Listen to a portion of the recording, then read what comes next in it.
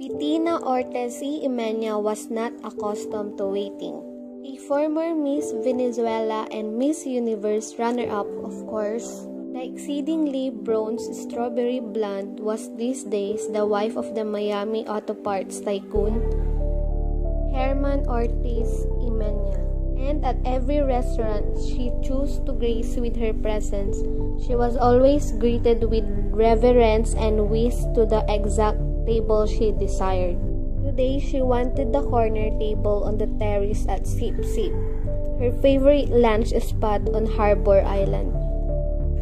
She wanted to sit on one of the comfy orange canvas director's chairs and stare out at the gently lapping turquoise waters while eating her kale Caesar salad. But there was a large, noisy group taking up the entire terrace, and they didn't seem in much hurry to leave. Bettina fumed as she glared at the tourists happily savoring their lunch in the sun. Look how tacky they were. The women overly tanned, wrinkled, and saggy. None of them properly lifted or botoxed. She felt like walking up to their table and handing out her dermatologist's business cards. And the men were even worse, all dressed in old rumpled shirts and shorts, wearing those cheap straw hats sold at the trinket shop on Dunmore Street. Did such people have to come here? This 3.5-mile long paradise with its pristine pink sand beaches was one of the best kept secrets in the Caribbean. A heaven for the very, very rich, filled with quiet little wood houses painted in shades of sherbet, charming boutiques, chic oceanfront mansions turned into inns, and 5-star restaurants to rival scent bars. Tourists should have to take a style exam before being allowed to set foot on the island, feeling like she had been patient long enough.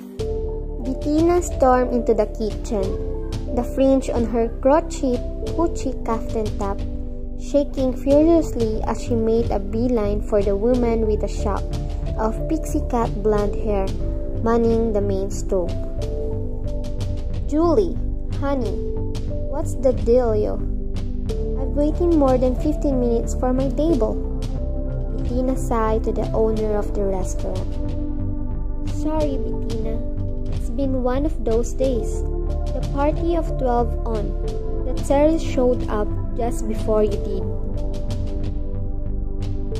Julie replied as she handed off a bowl of spicy conch chili to a waiting server. "But the terrace is your prime spot. Why on earth did you let those tourists take up all that space?" "Well, that tourist in the red fishing cap is the Duke of Glencora.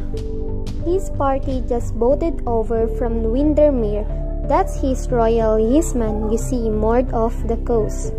Isn't it the most handsome sailboat you've ever seen?" "I'm not impressed by big boats," Bettina huffed, although secretly she was rather impressed by people with big titles. From the kitchen window, she surveyed the party assembled on the terrace with new eyes.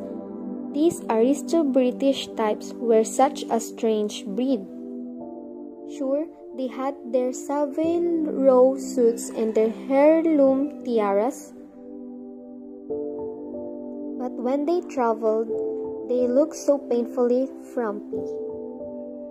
It was only then that Bettina noticed 3 well-built men in fitted white t-shirts and black Kevlar pants sitting at the adjacent table. The guys weren't eating but sat watchfully, sipping glasses of seltzer water. "I assume that's the Duke's security detail. They couldn't be more obvious. Don't they know that we're all billionaires here on Breland? And this isn't how we roll?" Bettina tottered. Actually, those bodyguards belonged to the Duke's special guests. They did a whole sweep of the restaurant before the party arrived. They even searched my walk-in freezer. See that Chinese fellow seated at the end of the table? Bettina squinted through her Dior XT sunglasses at the portly, balding, 70-something Asian man dressed in a nondescript white short-sleeved golf shirt and gray trousers. Oh, I didn't even notice him. Am I supposed to know who he is? That's Alfred Chang, Julie said in a hushed tone. Bettina giggled. He looks like their chauffeur. Doesn't he look like that guy that used to drive Jane Wyman around Falcon Crest? Julie, who was trying to focus on searing a cut of tuna to perfection, shook her head with a tight-lipped smile. From what I hear, that chauffeur is the most powerful man in Asia. What's his name again?